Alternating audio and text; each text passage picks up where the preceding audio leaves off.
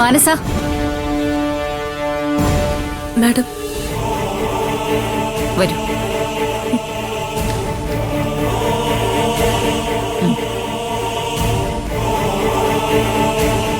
അജയൻ, പ്രസീത.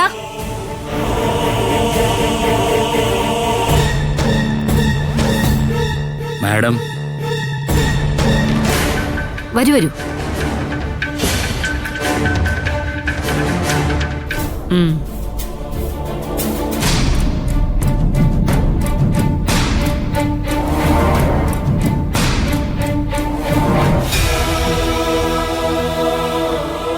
അജയനും പ്രസീതയും കേൾക്കാൻ വേണ്ടിയിട്ട് പറയാ. നിങ്ങൾ മകൾക്ക് നേരെ ഉന്നയിച്ച ആരോപണം മാനസ നിഷേധിച്ചിരിക്കുക.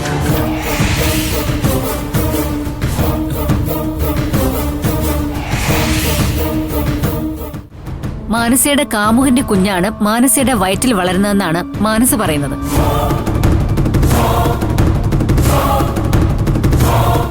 അവര് തമ്മിൽ നേരത്തെ പരിചയം ഉണ്ടായിരുന്നു. ഞങ്ങളുടെ മോള് പറയുന്നത് കള്ളവാ മാഡം. ഞങ്ങളുടെ മോക്ക് ദുബായ് വെച്ച് ഒരു ചെറുപ്പക്കാരനുമായിട്ടൊരു ബന്ധം ഉണ്ടായിരുന്നു. അതൊക്കെ അന്നേ ഒഴിവാക്കിയതാ.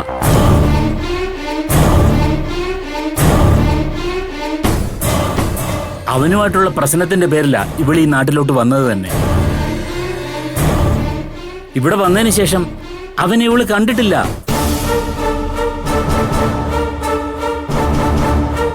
ഇപ്പൊ ആരെയോ രക്ഷിക്കാൻ വേണ്ടിട്ടാ ഇവളീ കള്ളം പറയുന്നത്. മാഡം, ഞങ്ങൾ തമ്മിലുള്ള ബന്ധമൊന്നും അച്ഛനും അമ്മയ്ക്കും അറിയില്ല. ഇവര് പറയുന്ന ആളല്ല എന്റെ കാമുകൻ.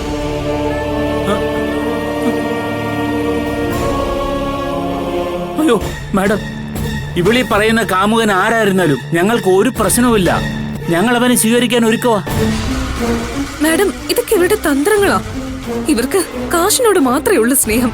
മാഡം, ഇവൾക്ക് ആഡംബരത്തോടുള്ള ജീവിതമാണ് ആഗ്രഹം. അതിനുവേണ്ടി ഇവൾ എന്തും ചെയ്യും. മാഡം, ഞാൻ ഒരിക്കലും മറ്റുള്ളവരുടെ കാശ് എടുത്ത് ആഡംബരം കാണിച്ചിട്ടില്ല.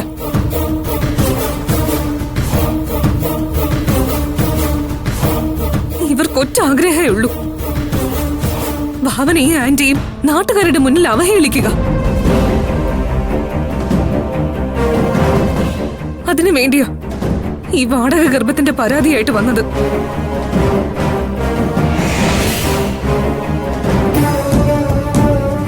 ഇവര് പ്രശ്നം ഉണ്ടാക്കുമ്പോ എന്റെ ഏക ആശ്രയമായ അവരെന്നെ ഉപേക്ഷിക്കുമല്ലോ. അതാ ഇവരുടെ ആഗ്രഹം.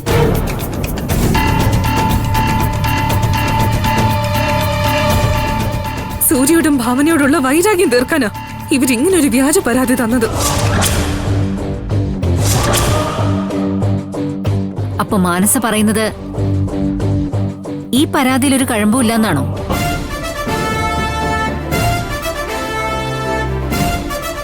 അങ്ങനെയാണെങ്കിൽ മാനസയുടെ മനസ്സിലുള്ള എല്ലാ കാര്യങ്ങളും ഇപ്പൊ ഇവിടെ തുറന്നു പറയണം. മാഡം, ഇവൾ എന്ത് കള്ളം പറഞ്ഞാലും ആരെയൊക്കെ രക്ഷിക്കാൻ ശ്രമിച്ചാലും സത്യം ഒരു നാൾ പുറത്തു വരും. നിന്റെ വയറ്റിൽ വളർന്ന കുഞ്ഞിനോട് പോലും നീ ഇപ്പൊ ചെയ്യുന്ന ദ്രോഹമാണ്. മനസ്സ, ഇവര് പറയുന്നതിലും കാര്യമുണ്ട്. ഒരു കുഞ്ഞ് ജനിക്കുമ്പോ അതിനൊരു അച്ഛനും അമ്മയും ഒക്കെ വേണം. നാളെ സമൂഹത്തിന് മുന്നിൽ ആ കുഞ്ഞ് ഒറ്റപ്പെടരുത്. നാളെ ആ കുഞ്ഞിന്റെ പിതൃത്വം തെളിയിക്കാൻ കുട്ടിക്ക് ഈ കമ്മീഷന്റെ മുമ്പിൽ വരേണ്ടി വരരുത്. അതുണ്ടാകാതിരിക്കാനാ ഞങ്ങൾ ഇടപെടുന്നത്.